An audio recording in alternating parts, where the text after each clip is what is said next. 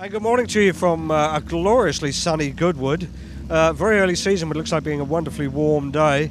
And I'm standing next to Jonathan Legard, the very well-known Formula One commentator. Jonathan, looks like being a great season. Perhaps a slightly dull race in Sakir, but a very good season in prospect. You hope so. I mean, certainly all the ingredients are there, with lots of world champions there. Michael Schumacher coming back.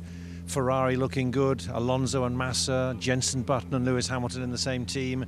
Mercedes surely can't be weaker with Schumacher on board than they were last year when they won both championships as Brawn.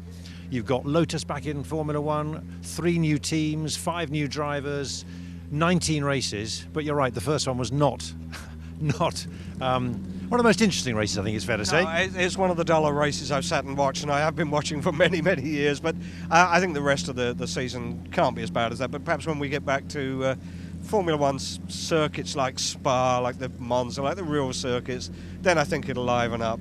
It should do. I mean, the thing about Bahrain, can you tell me how many interesting, exciting, dramatic races there have been at Bahrain since it first went there in 2004? The answer is no.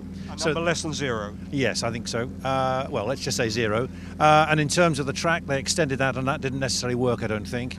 I can see why the Crown Prince wanted to. He felt that there was a need to try to add a little bit more visual excitement.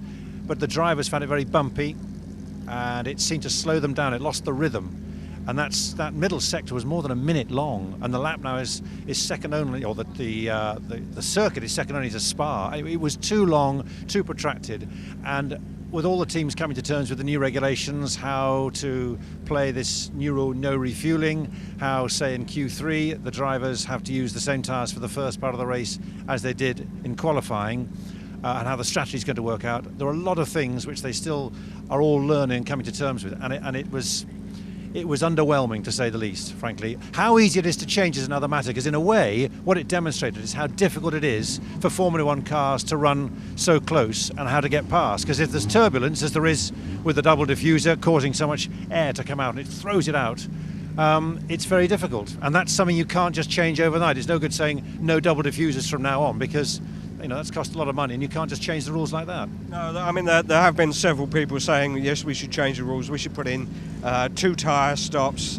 and various other things. And Bernie's saying, stay calm, it's too early to make those sort of calls, which I agree with. It's a sort of knee-jerk reaction. I think so. I mean, I was talking to an engineer yesterday who was saying that if you go to 2 stops, then you're still going to get teams probably covering exactly the same way. So it doesn't matter whether you have 1, 2 or 3.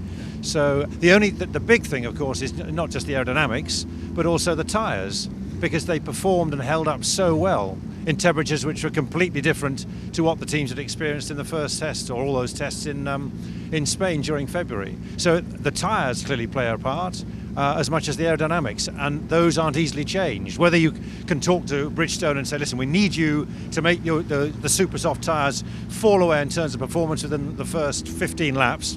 You could try to do that, I suppose. Make the gap, as you might say, between the tyres exactly larger, so there's a bigger performance difference. But that's up to Bridgestone to work out, because of course they're going to take a big hit in terms of publicity and coverage, because it's like, well, this is only a good race because Bridgestone are doing a poor job.